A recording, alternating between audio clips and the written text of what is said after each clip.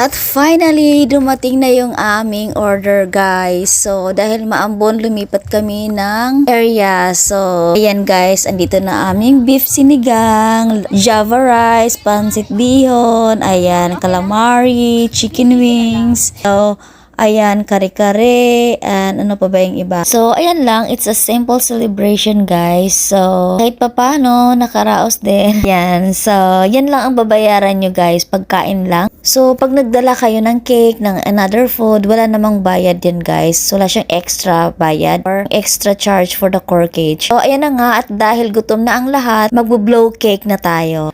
At ang aking anak ay excited na siya magbo-blow ng cake. Happy birthday. Happy birthday to you. Happy birthday. Happy birthday.